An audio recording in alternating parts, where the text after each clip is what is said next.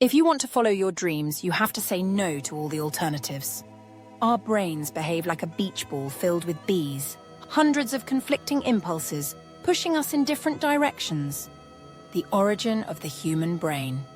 People never want to do one thing. We want to do all the things. We simultaneously want to exercise and to learn Spanish and to go out for pizza. Our desires are countless, independent agents working to nudge our beach ball in their own selfish direction. And so usually that ball is going nowhere.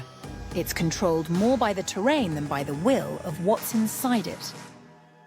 Our brain, or a swarm of bees in a beach ball. This is how most people live their lives. We feel endlessly conflicted.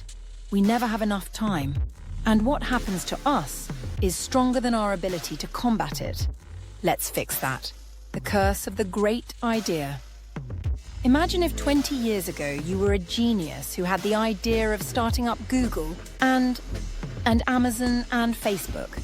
You just invented 3 of the best business ideas of the last century. And if you had started any one of them, you could now be worth billions. But if you were determined to do all 3 simultaneously, you'd be absolutely nowhere. It's not enough to have great ideas. Lots of people have great ideas. The problem is that too many great ideas cancel each other out. 3 great ideas make a failure. This is why a committee of smart people is called an idiot. Leadership doesn't work in volume.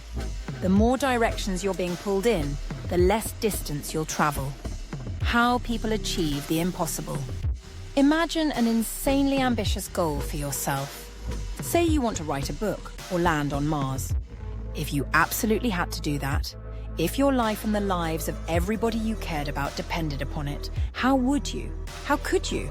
You'd simply drop everything else. You'd become one giant bumblebee, pushing in one direction, and you'd move very, very quickly. A giant bumblebee in a beach ball. Monomaniacal focus on a single goal is perhaps the ultimate success stratagem. It's a pattern found in everyone from Edison to Einstein. When you're able to focus on a single goal constantly, your achievements reach their theoretical limit. Achievement equals potential, direction squared. Most people aren't failing because of their potential.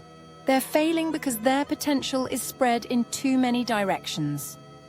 How to tame the swarm. You will always want to attempt more than you can achieve. Unfortunately, pulling yourself in too many directions is the single quickest way to ensure failure. And putting your all into a single direction is the quickest way to ensure success. So try this. 1. Aim higher. If your ambitions are small, they're easily overpowered. Big goals are paradoxically more likely to stick because they're worth ignoring smaller goals for.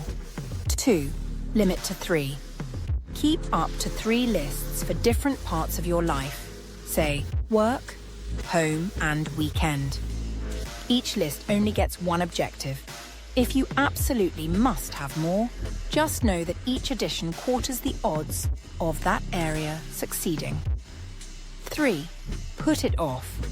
Anything which isn't top priority now can be done optimally later. Mark Zuckerberg was smart to start Facebook first and then learn Chinese. Your goals are the same. You're just usually too attached to them in the moment to notice. 4. Beware your idle wants. Watch out for other things that you also want. They will feel comforting, harmless, and automatic. They are deadly. One new direction will quarter what you can accomplish. 5. Line up your bumblebees. You may not be able to create the next Google, cure cancer and land on Mars at the same time, but you might be able to simultaneously become, say, a successful and athletic CEO. Success and fitness can be complementary goals. A healthier person can be a better leader. They're like 2 bumblebees pushing in the same direction and stronger for it. The few people who have achieved the most staggering world-changing things with their lives didn't do so by dividing their intentions. They aimed high, got their bumblebees in line, and said no to all the other opportunities that life presented them.